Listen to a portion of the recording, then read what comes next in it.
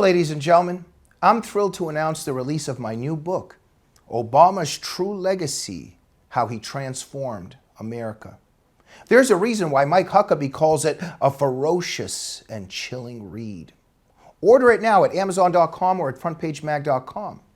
Good evening. Welcome to another episode of the Glazov Gang. Merry Christmas and Happy New Year from all of us here at the Glazov Gang. Thank you so much for being with us for another year. Your support made it happen, and we look forward to coming back to you in a whole new year of 2024 with even better programming than ever. And here it is, your host, Dr. Jamie Glazov. Fantastic. Annie, we got to do this every time. I don't think our audience want to hear me that much. Thank you, Annie.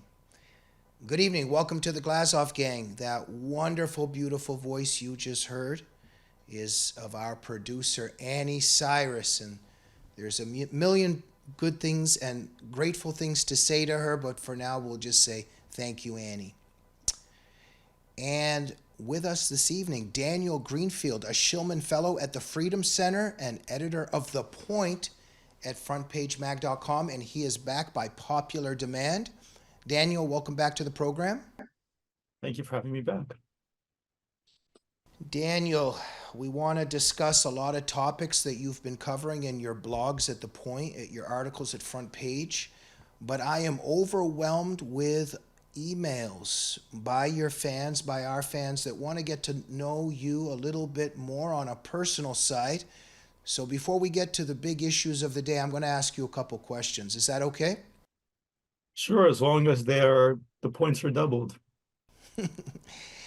Daniel, what is one of your favorite books that influenced you in your youth and in your childhood? Well, I have to say a major influence was the works of Eric Hoffer, the longshoreman philosopher who had a very common sense, down-to-earth, and very truthful approach to dealing with what, in the hands of so many others, becomes complicated and convoluted politics. And he had a big influence on you? No, I definitely did. Daniel, how about a favorite movie of yours? I don't know if I necessarily do have a favorite movie. Do you watch movies? Occasionally, these days, not very much is made that is very worth watching. How about a favorite actor? I suppose I could reach for something like Casablanca. Okay, fantastic. Daniel, if you did not become a writer and author and editor, what would a career of yours be? Hobo riding the rails across the country. I imagine I would have done something in the writing line. No, but if it wasn't being a writer? Well, there was a time when I was an artist. Oh, really? In terms of like painting pictures? I wouldn't describe it quite in such highfalutin tones, but I did some illustrating. Very, very interesting. All right, well, part 2 will come in our next program, okay? So get ready. Daniel, let's move on to the issues of our day. You're writing at Front Page Magazine and at The Point, always covering if one could say, nightmarish developments. Let's start with one of them that you wrote about recently. There is a surge in baby syphilis in the United States. The left, as you record, blames racism, but you actually have deciphered and revealed the real cause of this. But this is a nightmare. Baby syphilis cases just skyrocketing. Tell us about it. It's called technically congenital syphilis. It basically means this is a situation where the mother-to-be contracts syphilis. It goes untreated. The child is born with it. In some cases, the child does not even survive the process. Now, the thing about this is that the CDC, which, what would we do without the expertise of the CDC, took a look at this medical mystery, and yes, they diagnosed social inequities. That means racism, capitalism, all that stuff, rather than focusing on the curious phenomenon that we've got a huge spike in these cases in the Southwest, in Texas, in Arizona, in California, and border states in general, yet not so much in the Northeast and, or the Northwest. What is this incredible medical mystery that is causing a surge of cases in border states during a period where there was mass migration? We are talking about 1,000, 2,000% increases. So obviously the CDC and all the experts in the public health community, the same people who performed so brilliantly during the COVID pandemic, do not have a single clue as to why this might be. It's a mystery, except probably the fault is racism rather than, I don't know, possibly the fact that we have millions and millions of illegal aliens entering the country in the last 2 years. Could that possibly have something to do with it? And the fact that they're coming in from countries that tend to have very, very high rates of congenital syphilis, specifically, and syphilis in general. Perhaps there's a connection there, but of course that connection cannot be made, so it becomes a medical mystery that is doomed to be unsolved. And as you point out, the left's solution to this is just Americans are too puritanical. We need to talk about sex a little bit more. That's what the left thinks needs to be done. Yeah, the outgoing virologist was saying that, that's the problem. He himself is a Dominican immigrant, was saying, Americans are very puritanical, good Lord. The only thing we talk about anymore, the only thing, and speaking of movies, TV everywhere, is sex. Meanwhile, interestingly enough, there's actually much less of it going around. One reason abortion rates have fallen is because there's just human relationships, forget marriage, even most basic kinds of human relationships are in decline. Within the United States proper. But of course, we have a whole lot of people coming in from the country who are diversifying the country, and they're bringing in diverse, vibrant diseases to make this country even more diverse. Daniel, what exactly is going on at our border? Why is this happening? Well, it was announced that anybody who wants to can come into the United States and pretty much effectively stay here. So not just people from Latin America. I know we kind of focus on the caravans coming into Mexico, El Salvador, Cuba, Venezuela, but really anybody can come in. And at one point I was documenting how a whole bunch of Russians and Ukrainians had flown into Mexico and were just crossing the border. And there were just guys making TikTok videos and YouTube videos saying, come on in, guys. It's just easy. You walk across the border and you're inside. And they come into the United States in theory. Biden releases them on their own recognizance and gives them a court date where they have to show up to adjudicate their asylum claim. Now, the court dates are in the 2030s. So it means these people are never leaving for all intents and purposes, because if your court date is in the 2030s, you're going to have enough time to stay here. No matter how antisocial you might be, you're going to have enough time to hook up, meet somebody here, have a kid, at which point we can absolutely not deport you because we'd be depriving a child of their parent. And they're following the same textbook that was used in Europe during the so-called Arab Spring, where all these Iraqis and Pakistanis and people who were claimed to be Syrians but probably were not showed up. They declared themselves asylum seekers, and the Europeans spent years trying to process all their claims. And even when they rejected their claims, they can never actually deport them because either the country they came from is not accepting them back, in which case, good luck. That's going to be the case with Venezuela, Cuba, and a whole bunch of these other countries. In our case, they're not accepting these people back, or they've integrated. They've got kids here. You can't deport a child's parent. No, the child should not be held responsible just because the father's an illegal alien, which means, of course, once again, just as in Europe, they're going to stay here. Unless we use dramatic, bold measures to reverse all this. And the Biden administration is overseeing this. The Biden administration is having these negotiations with Republican Senate members, House members, over what kind of immigration reform they would accept. And they're going to discuss, maybe in some cases, raising the bar for asylum claims. Right now, you come in, you say you were from a bad neighborhood in Latin America. Good, you're welcome. You've got an asylum claim. Being from a country with high crime is now an asylum claim, which means people from Chicago ought to be able to apply for asylum elsewhere in the United States. Ironically enough, a whole bunch of these illegal aliens who claimed that they were escaping high crime ended up in Chicago, which, great plan over there. But bottom line is these people come in, they have their asylum claims, and the Biden administration is talking about maybe raising the bar for asylum claims. But the bottom line is the one thing they will not stop doing is releasing the aliens on their own recognizance, which effectively is what is bringing cities to their knees, because they're not actually detaining them to process their asylum claim. They're releasing them, which, again, as I said, means these people are staying here. And we're talking about millions and millions and millions. I can quote statistics all day, but every month, every week, the statistics, the number of encounters are being exceeded. It's only getting worse and worse. Biden said all these people, anybody in the world who wants to, can come in, and they're coming in. There's a lot of people who look at this and think, oh, they're just so incompetent and they're so stupid and they're such morons. Daniel, my whole life studying the left, when you just keep unraveling the peels, you find malice at the core. This is all calculated. This is all by design. The left wants to destroy this country, and they are succeeding in destroying this country. Am I correct? They're not trying very hard to hide it. Biden and Kamala do their routine. No, we can't do anything about it. We had to end Title 42 because the COVID pandemic is over, except for whenever we want to change voting rules, then there's still a pandemic on. And whenever we want to try and enforce masking rules, the pandemic is still on. But yeah, we can't do anything. These people are just showing up. We need more money to be able to process their claims faster. Meanwhile, anytime a state tries to do anything to deter illegal migration, they fight them in court. Or they literally fight them. We've actually had scenes of the Border Patrol cutting through fences on the Texas border, opening, forcibly breaking locks, opening gates to let the illegal aliens through.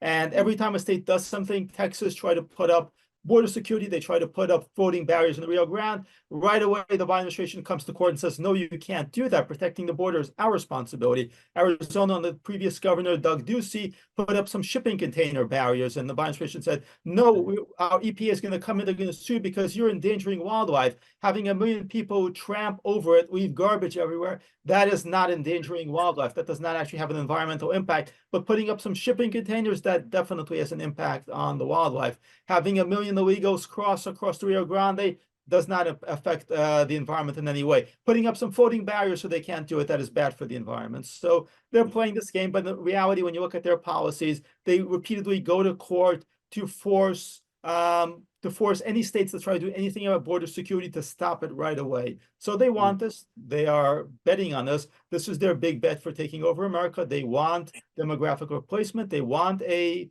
large contingent of people who simply have no American values, have no part of American history, in many cases do not speak English, and they think those people are going to be very easy to influence. You send out some ballot harvesters, you get them to sign on the dotted line, you won't even need voter fraud. You don't really need voter fraud that much in New York, for example, or in a lot of places, because you just send out the ballot harvesters, they go hit these communities, there are thousands and thousands of these people in every block.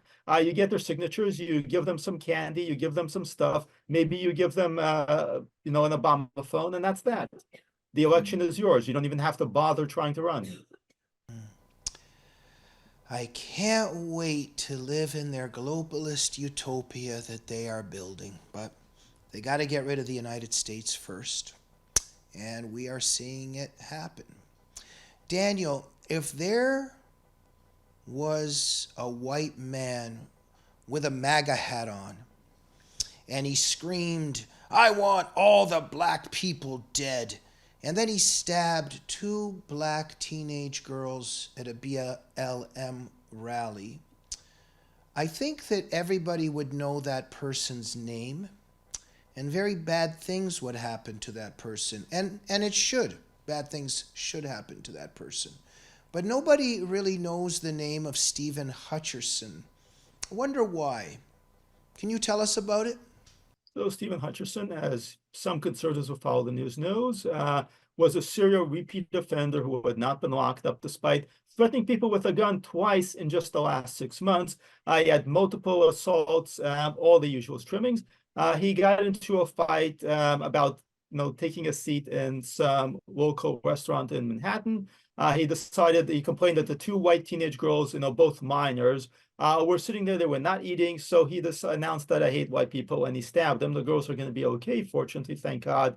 But of course, it's being treated as a local crime story outside a few national. One second, but Daniel, he yelled, "I want all the white people dead," quote unquote. Yeah, okay, go ahead.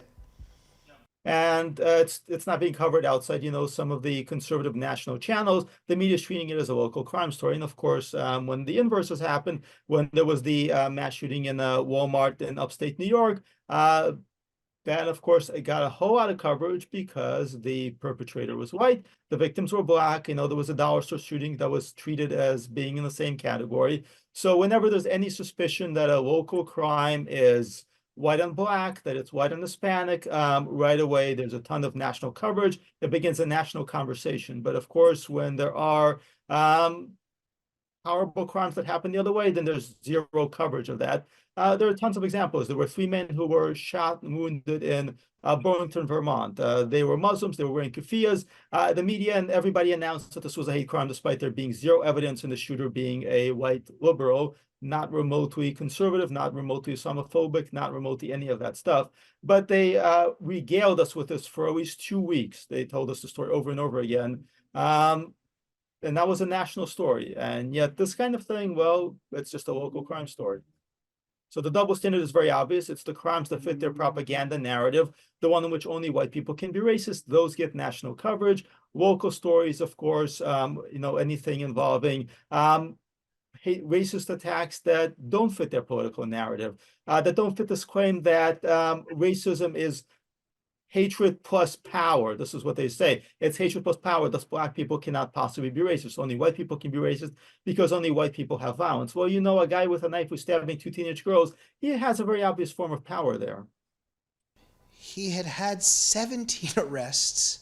He threatened somebody with a gun the month before he did this. Why is this person walking the streets? Criminal justice reform. Criminal justice reform is absolutely wonderful because in New York City now, pretty much no matter what you do, unless you actually kill a bunch of people, you are not going to prison. You attack somebody, you assault somebody, you stab somebody, and if it's not really too serious, you are going out the door right now because bail was abolished. New York State was one of the states that abolished bail, which means that these guys are out in the street 5 minutes later. And even when the trial date actually arrives, and the trial date can take forever because New York City's trial calendar is backed up until forever, even when that happens, they push diversion programs and they push a plea deal. That way they get them off the calendar. So these guys commit 1, 2, 3, 4, 5, 6, 7, 8, 9, 10, doesn't matter. They're out the next day. 3 months later, they go with a court-appointed public defender to court, and the court-appointed public defender asks for a diversion program to treat their mental illness or to treat their drug problem, and they go to therapy for, a week or two. They don't actually show up for therapy, and it's fine. Nobody even pays attention to it. They attack somebody else. The same thing repeats itself over and over again. This guy is 17. You think that's bad. There are guys with 100 and more arrests who just keep getting out and out. They keep going through the system. There was a subway pervert with over 100 arrests. He keeps getting arrested. He keeps getting released over and over again. Because what happens is, people talk about you need to hire more cops. Yes, it's good to have cops, but the cops right now are not doing anything except intervening in actual violent incidents. None of these people are actually being locked up. So hire police, sure. Reopen the prisons, bring back bail, bring back mandatory minimums, bring back 3 strikes and you're out. Because 95% of the crime is being caused by the same small number, 0.001% of people. And these people are now have a perfect revolving door. They are not being locked up. Nothing is being done to them. They are free to commit as many crimes as they want until they do something really bad. And I'm not sure even this guy, Stephen Hutchinson, is actually going to go away for very long. Yes, he got a lot of attention. They're going to try to at least throw the book a little bit at him. They might be in prison for a few months. I suspect he's going to be out before too long. Feel like crying a little bit, but let us continue. I have that effect on people. Daniel, it just, I don't know, you just read the Gulag Archipelago, what the left did in the Soviet Union, what Mao did in the Cultural Revolution, what Pol Pot did with the Khmer Rouge, what Castro did in Cuba, and they're doing it here, and they're being cheered on, and Trump is the bad guy because of his mean tweets. But let's move on to another phenomenon which is connected. I'm very interested in Stockholm syndrome. I know males that are abused by females in relationships. I know females that are abused by males in relationships. And I say, you really need to get out. And they say, but they care so much about me. And, I just have this vision of these jihadists reading from the Qurans, Surah 9:5, Surah 9:29, and they're screaming Allahu Akbar, and they're chopping off heads, and the the infidels that are still alive and they're about to get their head chopped off and they're screaming, Islam is a religion of peace. Islam is a religion of peace. It's actually fascinating. It's fascinating what's going on in the West and in our society. And so the other night in Times Square, a Muslim girl told a gentleman by the name of Rabbi Shmuley that he should kill himself because he's a Jew. And Robert Spencer has written about this. Robert Spencer has written about this at Jihad Watch. And the 11-year-old Muslim girl was with her family. She's yelling at him to kill himself. The parents are also ridiculing him and insulting him. They get their little child to kick the rabbi. And this is all on video. Rabbi Shmuley, nice guy and everything, but his argument is that Islam is a religion of peace. He's always saying this, that, oh, you are an insult to your religion. Whenever there is a Muslim that is, engaging in this kind of jihadist behavior, Shmuley's always saying, you are insulting your religion. Your religion is very peaceful and great, and it's just the Islamists, etc., etc. But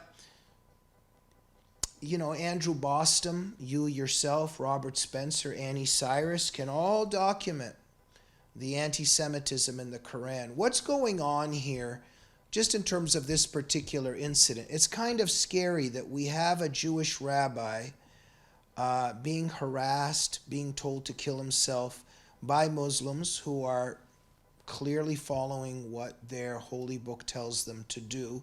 And at the same time, somebody like Rabbi Shmuley continues to believe, well, I don't know if he really believes it, but continues to say that Islam is a religion of peace. How do you analyze this? Well, just as an aside, you mentioned double standards. Last month, there was some Jewish man who was yelling at a halal vendor. And of course, that went viral and that guy was arrested and everybody launched condemnations of it. Of course, this is not getting a fraction of that kind of attention. There'll be no legal action. And we know perfectly well if the shoe were on the other foot, there'll be legal action. CPS would be involved, Child Protective Services, and they throw everything possible at this. Yeah. Beyond that, though, this is, the narrative we've been fed since September 11th and even before that, and in America, in Europe, and everywhere else. It's, the problem isn't with Islam because, we can't be a billion people are bad. It's just this radical fringe. There are Jewish extremists and Christian extremists, and there are Muslim extremists, and it's just an extreme. It's not the religion itself. And it absolutely is the religion itself. But I have these conversations all the time with people who are horrified by what happened on October 7th, that they like to believe that this is something other than Islam. Yet what Hamas was doing is what Islam says to do. They were doing exactly the things that Muhammad did.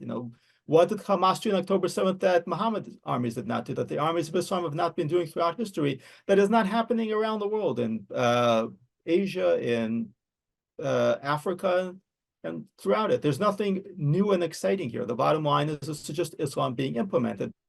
This doesn't mean, of course, that everybody who identifies as a Muslim would do this or supports this, but the bottom line is this is what Islam believes. This is what the vast majority of Islamic countries believe is appropriate behavior. There's a reason that Islamic terrorism is so prevalent, that it is occurring around the world, that there are so many conflicts internationally involving Islam, and that the people who do this actually are quoting Islamic scripture. Now, people who are more liberal-minded absolutely cannot process this. They cannot deal with this because they have been told that Muslims are a minority group and therefore they are the victims of oppression and not the perpetrators of it. It's kind of like the same thing we were talking about with Stephen Hutchinson, where you cannot believe that people who are supposedly officially in the victim category can do anything bad. And this is, a Marxist ideology here, because obviously people who might be listed as the oppressed absolutely can do horrible things. They're as capable of doing horrible things as any of us.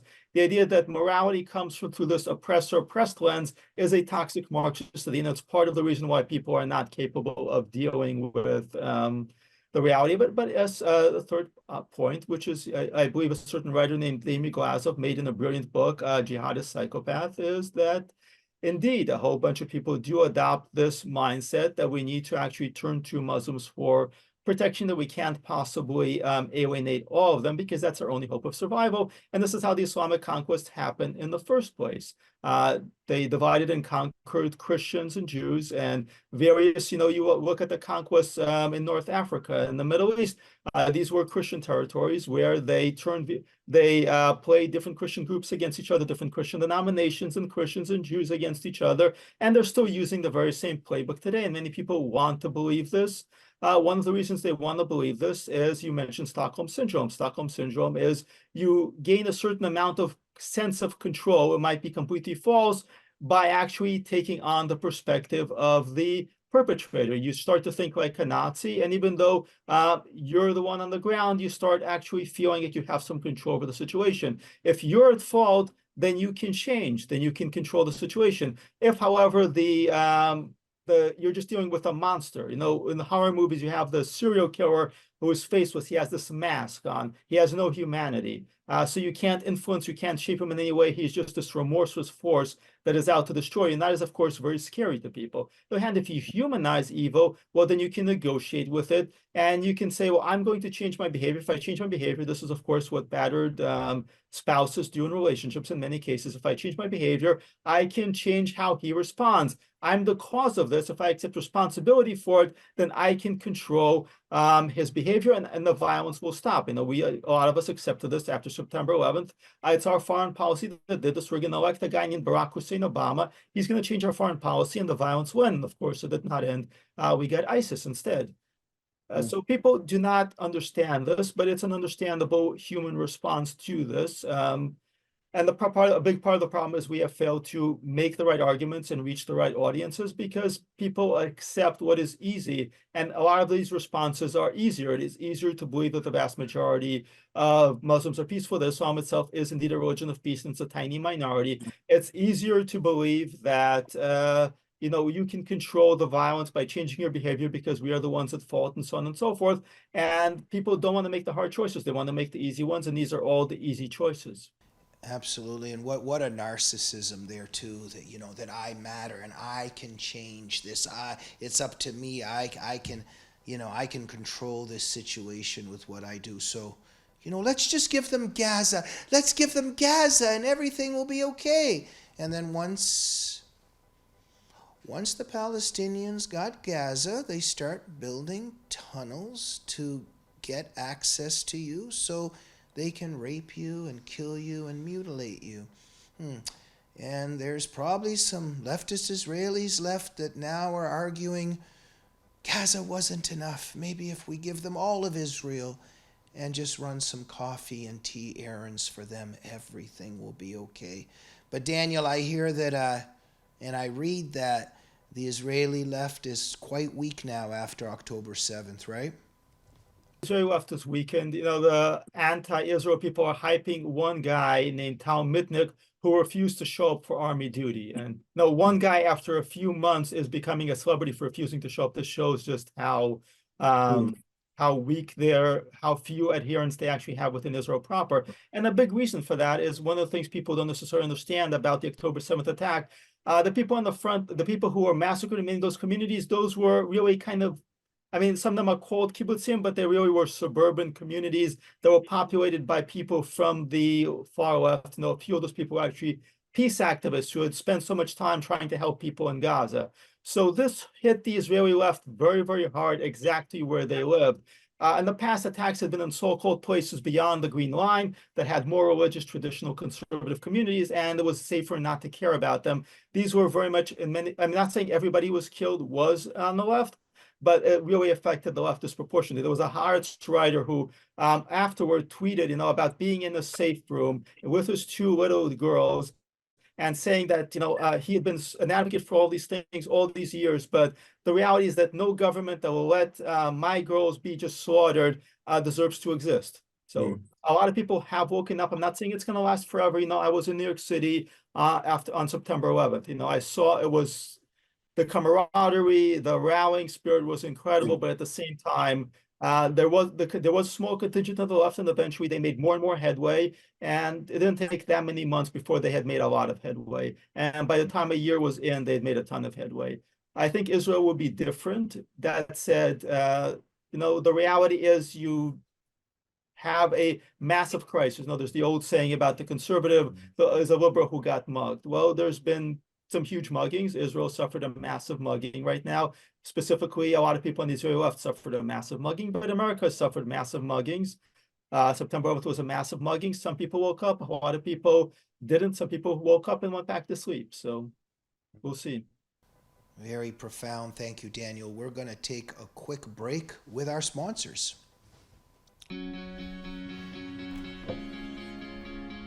Looks like you've been sleeping well. Megan, he's back. The My Pillow guy. And you're looking good. Still feeling good. Well, just when you thought it couldn't get any better, we've got the best pillow ever, My Pillow 2.0.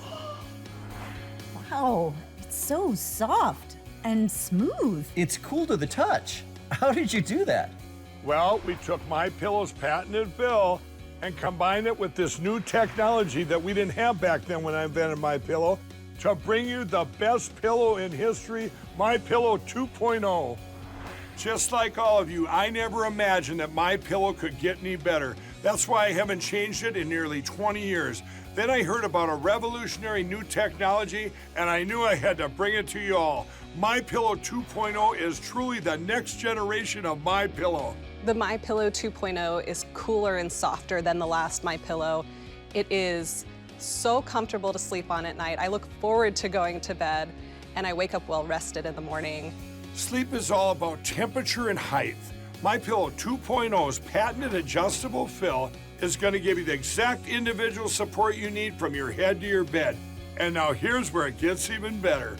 We've all experienced those temperature-related sleep interruptions where you get too hot, you toss and turn, you flip your pillow over to the cool side. Well, all that's gone with my brand new My Pillow 2.0 cooling fabric that's made with temperature-regulating thread. The best sleep just got even better. Whether you have a MyPillow or not, you need to get the brand new MyPillow 2.0. Call or go to mypillow.com now. Use your promo code, and for a limited time when you buy one, you'll get a second one absolutely free. You're sleeping even better. And cooler, too. And you're looking good.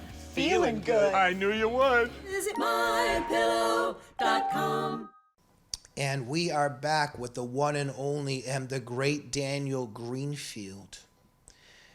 Daniel, there was a new TikTok convert recently to Islam.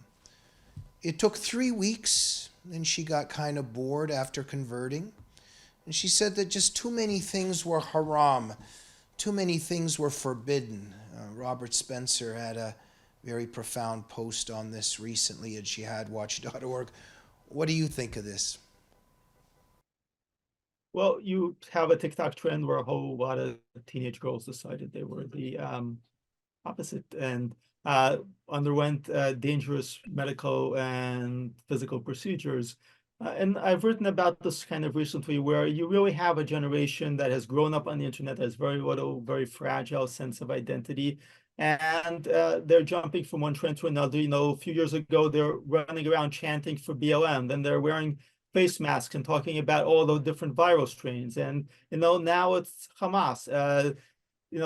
I'm going to decide to that I'm a genderqueer. You know, it's one thing to another. They're always searching for something. And I think we saw some of that on a significant scale in the 60s and the 70s, where people just felt unmoored. They joined cults, but it's much worse now because all the stuff is digital, it's online, it's being pushed very aggressively by algorithms.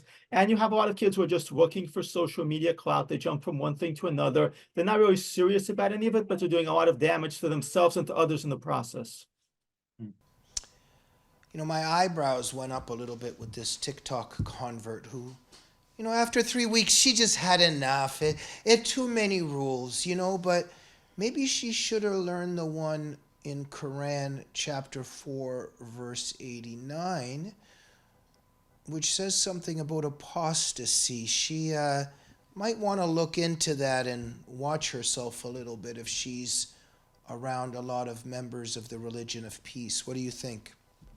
Yeah, there's an unintended price. It's almost like Hotel California. You can check in, you can play dress up, put on a hijab, enjoy Osama bin Laden's letter to America, but the checking out part is a whole lot more difficult. Yeah.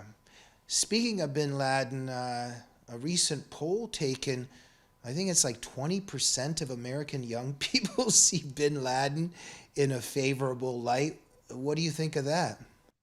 Well, if you actually break down the poll, I know we've had a whole bunch of polls about how 18 to 24-year-olds are horrible. And yes, the generation obviously has major issues. But when you actually break down the numbers, which I did at The Point at frontpagemag.com, it's really very few white people actually are good with Osama bin Laden. It is mostly you have very high numbers among Blacks and Hispanics. And what you have, since each generation becomes progressively more diverse, so the minority share of the 18 to 24 generation is the largest. And let's not forget also that we've got a whole lot of Muslim immigration that has happened in the last 20 years. So even when they, may list something like Blacks, you're going to be dealing with a whole bunch of Somalis who have come to America. So it's also a reflection of that. You have a larger Muslim population. The largest Muslim population is in the 18 to 24 contingent. It's also the most diverse population. So you're going to get much worse numbers. You have sizable numbers there for Hamas support in the Harvard-Harris poll and then some other polls. And these numbers reflect demographic change, which is what the Biden administration, which is what the left, which is what the Democrats want. And you have to ask yourself, is this demographic change really a good idea? Is it good for anybody at all except our enemies? People in LA are having a little bit of a difficult time lately getting to the airport. I think it's happening in other places too because pro-Hamas protesters are blocking the road leading to these airports at certain places and going to other places. What do you make of this? That airport travelers now, flight travelers, are having actually to even get out of the cars and walk with their luggage to the airport. Yeah, we've seen this at JFK in New York, O'Hare in Chicago, and yes, LAX here. They're targeting multiple airports. They've targeted Christmas tree lightings. They've targeted any kind of public event of any significance. They were just at Ground Zero, waving their flags, their terrorist flags at Ground Zero. So as a country, we've lost a lot of the sensibility and sensitivity. We've let these people overrun us, and now they're showing us what they can do. They're showing us their force, and it is only going to get worse. You have to ask yourself how long until we have not just no-go zones, but on October 7th, how long until we have parts of the United States that are showing other parts of the United States because they're under enemy occupation. When we talked about this years ago, people were just, crazy stuff. No, this is never going to happen. We've got a small population that's going to integrate. It's going to be just fine. And no, they're not going to integrate. It's not going to be just fine. And they're going to ally with the left even further. The left is going to turn out to support anything. Yes, now the left is cheering for Hamas. The left will learn to cheer for Al-Qaeda and for ISIS. By the way, they actually did cheer for ISIS early on, back when there was Al-Qaeda in Iraq, when they called it the Green Resistance. They don't like to actually use the names of the terrorists. They don't say Hamas, they say the Palestinian Resistance. And back then they were saying the Green Resistance instead of ISIS. So they will absolutely cheer for the worst possible Islamist butchers because they want to destroy our civilization. And so they have goals in common. And the jihadists want what they want. Initially, at least, they want to bring down America in fire and ash. And afterward, they'll discuss who gets to be in charge of what. Maybe they'll just divide the United States. The jihadists will get everything until Milwaukee, and the left will get everything from Milwaukee into California. And then the devouring of each other begins, but of course we know who will be doing the devouring at that stage. But Daniel, there is some hope. We can always pay the jizya tax, or we can convert to Islam, and then everything will be okay, right? Oh yeah, I mean that's worked very well because of course part of the myth of Islamic Brotherhood is that all Muslims are brothers, which is why there's been unending war for over 1,000 years. You're even beginning not long after Muhammad's death, you have the power struggle between Sunnis and Shiites over who's actually going to be in charge. The sacred reason for the difference between the Sunnis and the Shiites is that it was a struggle of succession. And Muslims have been consistently killing each other over and over again. And the rise of ISIS just means that Al-Qaeda and ISIS are fighting each other in multiple countries now over who gets to be the biggest jihadist. The reason Islam hasn't conquered the world is in no small part because they've spent all this time fighting each other. The moment they actually potentially have the opportunity to break through, they fall into infighting. And there's a very simple reason for this. We've absolutely failed to stop the jihad. We faltered. We have not done what we need to do. But the thing is, and this is something that God tells us, evil does destroy itself. Evil is never going to ultimately triumph. we like to take credit for bringing down the Soviet Union, but ultimately communism destroyed itself. And we see this, happening again all over in China.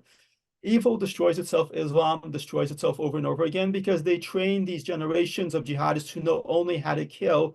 And then what are they going to do? They're going to form these united utopian societies. They're going to fix everything once it's under Islamic law. Well, how do they decide which Islamic law is prevalent? How do they decide which family is in charge? How do they decide who gets to do what?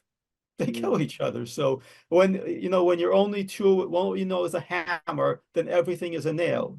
When all you know is jihad, then everything is just waiting to be suicide bombed. Yeah, Daniel, you're right. I'm not even necessarily saying but here, just it's an and, that it's true that the killing machines turn on themselves, it becomes a self-suicide. But yes, communism might collapse in one place after causing a lot of death and destruction and killing millions, but then it crops up somewhere else. So communism may have collapsed in the Soviet Union, although that's also debatable to some degree. In terms of who stayed in power, etc., under another mask. But the ideology prevailed over here, right? So it keeps lurking its head, but you're right, there is a suicidal nature in these totalitarian systems. I don't know how it's possible to talk about Islam for too long, and Annie Cyrus is in a room, and one does not ask her opinion, which is not correct because this is her field. This is her expertise. Annie, what do you think of Daniel's and I discussion? Well, to answer your question, it's very easy not to ask Annie Cyrus's opinion when you have Daniel Greenfield. He covers it perfectly and flawlessly with logic, which that's one of the reasons I am a big fan of him. The only thing I think I would add is everything you covered is perfect. But one thing I have experienced as far as here in America is the sheltering. We have given so much access to places, let's say like care, to have the platform, to have the podium, to have the microphone, to walk down the hallways of Congress and control the narrative. And if they don't get to control it, they get to put a lawsuit on you or your company. That is one of the angles we need to be considerate about. We need to do better next year. We need to not be afraid of all these bogus lawsuits that are thrown around by CARE and organizations such as CARE. We need to speak out. We need to tell the truth. A wise man once told me that a dead soldier cannot fight. I taken that into a dead soldier doesn't mean your body is dead. If your soul is dead, you can't fight because you don't have the spirit to fight anymore. The more we self-center to keep our job, to keep our neighbors, to keep our cousin engaged, the more we are becoming soulless. That is a death that will cost us our future, our liberty, and our country. Thank Very you. powerful and true. I think Annie should run for office. Definitely. But Annie, you mentioned CARE. Daniel and Annie, CARE has even proven too much for the Biden administration now because of some statements they made about October 7th, and Biden tried to distance himself, correct? Unofficially, as a practical matter on the ground in various states, CARE absolutely remains entangled with Democrats. Politicians still come out there, despite the fact that co-founder and the head of it, Nihad Awad, said really how much he enjoyed seeing October 7th. There were no meaningful consequences. Politicians still keep coming. The administration sort of anonymously said maybe we won't be including them for now so much anymore, but that's about it. It's absolutely toothless. You have a major organization in the United States whose leader came out and said October 7th, awesome, pretty much. And the consequences are nil for them. They still have their political influence. They actually have their own political action committee. None of the candidates that they've endorsed and given money have disavowed them. None of the politicians who have continued to go see them, to continue to open their offices to them, have disavowed them in the least. Annie, can I bring you in one more time before we continue just on Islam and all these issues? I would say, add to what Daniel said, there was a time when every Islamic organization, every Islamic leader, every Islamic imam was careful of what they were saying. But as mentioned in the Quran itself, I believe it is chapter 47, verse 35, if I'm not wrong, that says, "Do not call for peace when you are superior in numbers." They are superior in numbers. And people need to realize superior doesn't mean three Muslims against one non-Muslim. No, superior is in control. We have a city in Michigan, fully Sharia controlled government. We have 281 official Sharia obeying Muslims across the country in different positions from local, state to federal government. They are superior. So they're not going to be quiet anymore. They will openly and publicly mention their agenda. Doesn't matter who's going to distance themselves or not. They will continue. We just had a mom in Michigan to call on all American Muslim youngsters to come out and kill non-believers. The question goes back to, is this a difference of left versus right, or is this a difference of Islam versus humanity? They're not really hiding it like they used to, are they? No, they don't need to. They absolutely have no need to hide it anymore. Look at the rise of anti-Semitism. Thank you, Annie. Daniel, you and I think, should move to Canada because I've been thinking about going back to Canada because the bathrooms are going to be more comfortable for me now, maybe for you and for all men. Trudeau just installed taxpayer-funded tampon dispensers in men's bathrooms. This is a real step ahead. What do you think? Should we get to Canada? Because we'll be in utopia then when we go to the bathroom, right? Of course, the problem is how the tampons and the male tampon user is going to get along with the Muslims who prefer the squatting method and the hole in the ground. Could you expand a little bit, or should we just start a new topic? Depends on whether people are eating dinner or not. But I will say that when they brought all the Afghans over and they housed them on American bases, they would refuse to use the normal toilets because it does not follow their correct practice. So let's just say they would make a massive mess and leave it at that. I can go into more details, but if anybody's having dinner, they probably don't want those details. Suffice it to say, we're incompatible in a whole variety of ways, just above and beyond jihad. And there's a lot of, by the way, Islamic toilet rituals that are disgusting, should we say. And that even goes beyond the whole washing feet in the bathroom sink thing. But why is Trudeau doing this? It's not really because we need tampons as men in the bathroom. This is a hatred, and it's a hatred, isn't it? It's a rebellion against the Creator, and it's an attack on the Judeo-Christian tradition and a whole bunch of other things. Am I correct? But what is transgender ideology? I mean, the central idea there is you're going to deconstruct the conventional sex, what they call the sex binary. So when they shove tampons in the men's room, they're deconstructing the sex binary from their perspective, even beyond whether there is a crazy guy in a dress who might actually want that tampon. What they really want to do is to eliminate this idea that there is a sex binary. So they're going to attack the bathrooms. They're going to transform every kind of area until they eliminate any notion that there is any kind of male and female. And it is to just destroy everything, the family, sex differences, the most basic parts of humanity. Then they can reconstruct, they can start from scratch, they can make man in their own image, because all this is, we're going to be gods. We have the power to destroy or save the world. Everything depends on whether we get recyclable bags at the supermarket or no. We have the power to define humanity down to the microscopic level. We have total control over the planet, over humanity, over all of existence, because we are so brilliant that we can just implement all of our ideas, and we shall be as gods. Oh, Lord have mercy on us. Annie, I really apologize in one way to you and to our audience for bringing you in on this particular topic, but you're an expert on Islam, and so many people think that Islam is just this beautiful thing. But when we talk about even the bathroom rules, and I apologize to our audience again, but we got to know the truth. But Annie, could you just enlighten our audience, because Daniel has mentioned it and we're talking about it. There's certain bathroom rules that the religion of peace has for its faithful. Could you educate us a bit on this?